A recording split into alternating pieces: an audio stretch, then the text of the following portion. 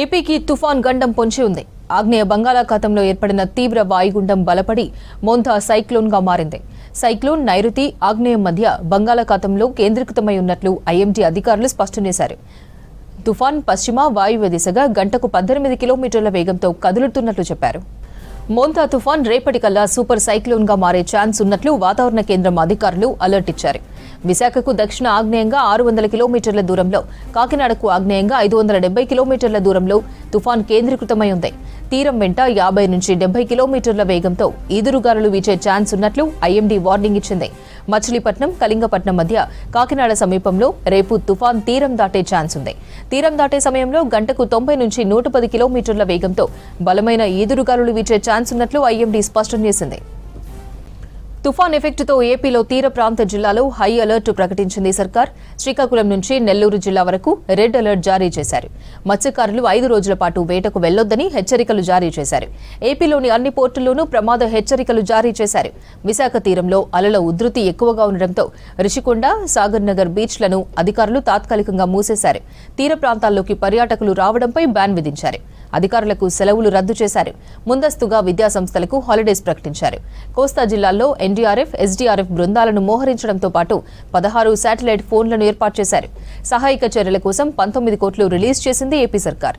Coastal ఏరియాలోని 57 మండలాల్లో 219 తుఫాన్ cyclone షెల్టర్లను ఏర్పాటు చేశారు.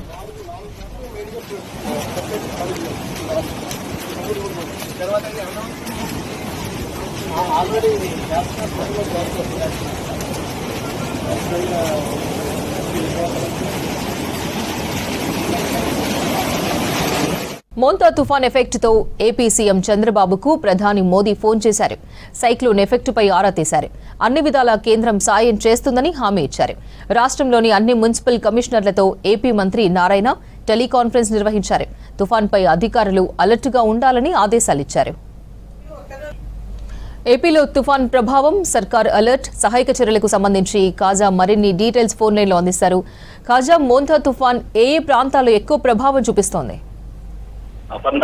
తుఫాన్ ముంచుకొస్తున్న నేపథ్యంలో రాష్ట్ర వ్యాప్తంగా కూడా విస్తారంగా వర్షాలు కురుస్తున్నాయి. అదేవిధంగా విజయవాడ, కృష్ణా జిల్లాతో పాటు ఉమ్మడి గోదావరి జిల్లాలో అధికంగా వర్షాలు కురవడంతో అధికారులను అప్రమత్తం చేసే పనిలో రాష్ట్ర ప్రభుత్వం పడిందని చెప్పవచ్చు. ఇప్పటికే ముఖ్యమంత్రి చంద్రబాబు నాయుడు ఉన్నత స్థాయి అధికారులందరితో కూడా సమీక్షలు నిర్వహిస్తున్నారు. మరోపక్క మంత్రి నారా లోకేష్, మంత్రి నారాయణతో పాటు హోంమంత్రి అనిత, ఈ ముగ్గురు మంత్రులు కూడా అన్ని జిల్లాల అధికారులని అలర్ట్ చేసి ప్రస్తుతం అక్కడ పనిచేస్తున్న అధికారులందరూ కూడా సెలవులు రద్దు చేయడంతో పాటు ప్రభుత్వ పాఠశాలలు, అదేవిధంగా ప్రైవేటు పాఠశాలలు కూడా సెలవులు ప్రకటించడం జరిగింది. అయితే రేపు ఏదైతే కాకినాడ సమీపంలో తీరం దాటనుందో, కాకినాడ చుట్టుపక్కల ప్రాంతంతో పాటు గోదావరి జిల్లాల అన్ని జిల్లాల్లో కూడా తుఫాను ప్రభావం ఎక్కువగా ఉంటుంది. ముంపు గ్రామాల ప్రజలను సురక్షిత ప్రాంతాలకు తరలించే ప్రయత్నం ఎప్పటి నుంచి చేయాలని చెప్పేసి కూడా జిల్లా కలెక్టర్లను ఆదేశించడం జరిగింది. అయితే సముద్ర తీర ప్రాంతాల్లో ఉన్నటువంటి మత్స్యకారులందరినీ కూడా సురక్షిత ప్రాంతాలకు తరలించే ప్రయత్నం చేస్తున్నారు. మరోపక్క వారం రోజుల పాటు మత్స్యకారులందరూ కూడా వేటకు వెళ్లదని చెప్పేసి కూడా ఆదేశాలు ఇవ్వడం జరిగింది.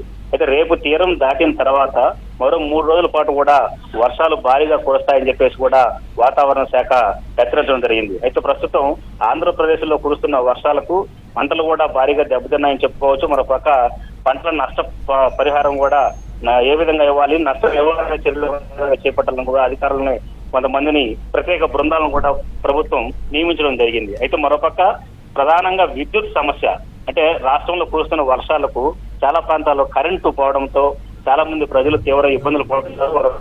ట్రాన్స్ఫార్మర్లు పేలిపోయి స్తంభాలు కూలిపోవడంతో కూడా అక్కడ ప్రజలకు విద్యుత్ మళ్ళీ అక్కడ వెలుగులు నింపేందుకు కూడా అధికారులను స్థానికంగా ఉన్నటువంటి ట్రాన్స్ఫార్మర్ను ఎప్పటికప్పుడు పునరుద్ధరించి గ్రామాల్లో ఎటువంటి ఇబ్బందులు లేకుండా చేయాలని చెప్పేసి కూడా ప్రభుత్వం ఆదేశించింది. అయితే వర్షాభావం ఎక్కువగా ఉండడంతో ట్రాన్స్ఫార్ అధికారులు ఆ దిశగా ప్రయత్నం చేస్తున్నప్పుడు కూడా చాలా ప్రాంతాల్లో కూడా అంధకారం ఉందని చెప్పుకోవచ్చు. మరొక ఆంధ్రప్రదేశ్ లో కురుస్తున్న వర్షాల నేపథ్యంలో ప్రధానమంత్రి నరేంద్ర మోడీ కూడా ముఖ్యమంత్రి చంద్రబాబుతో ఫోన్ లో మాట్లాడడం జరిగింది.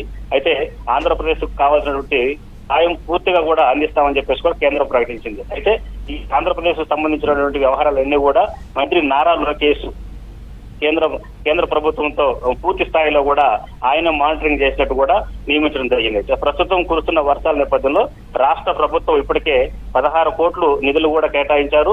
అయితే మత్స్యకారులు జీవన వృత్తికి ప్రత్యేక నిధులు కూడా కేటాయించాల్సిన అవసరం ఉంది. వారం రోజుల పాటు మత్స్యకారులు ఏదైతే పూర్తి స్థాయిలో కూడా సముద్ర తీర ప్రాంతాల్లో ఉన్న మత్స్యకారులందరూ కూడా వేట మీదనే ఆధారపడి జీవించే పరిస్థితి నెలకొనడంతో వారందరూ కూడా జీవనోపాధి కల్పించే ఏర్పాట్లు కూడా చేయాలని చెప్తున్నారు. అయితే ఇప్పటికే జిల్లా కలెక్టర్లకు చాలా మంది కూడా ముంపు గ్రామాలతో పాటు మత్స్యకార గ్రామాల్లో కూడా ప్రత్యేక నిత్యావసర వస్తువులన్నీ కూడా సరఫరా చేసే పనిలో కూడా అధికారులు ఉన్నారని చెప్పుకోవచ్చు.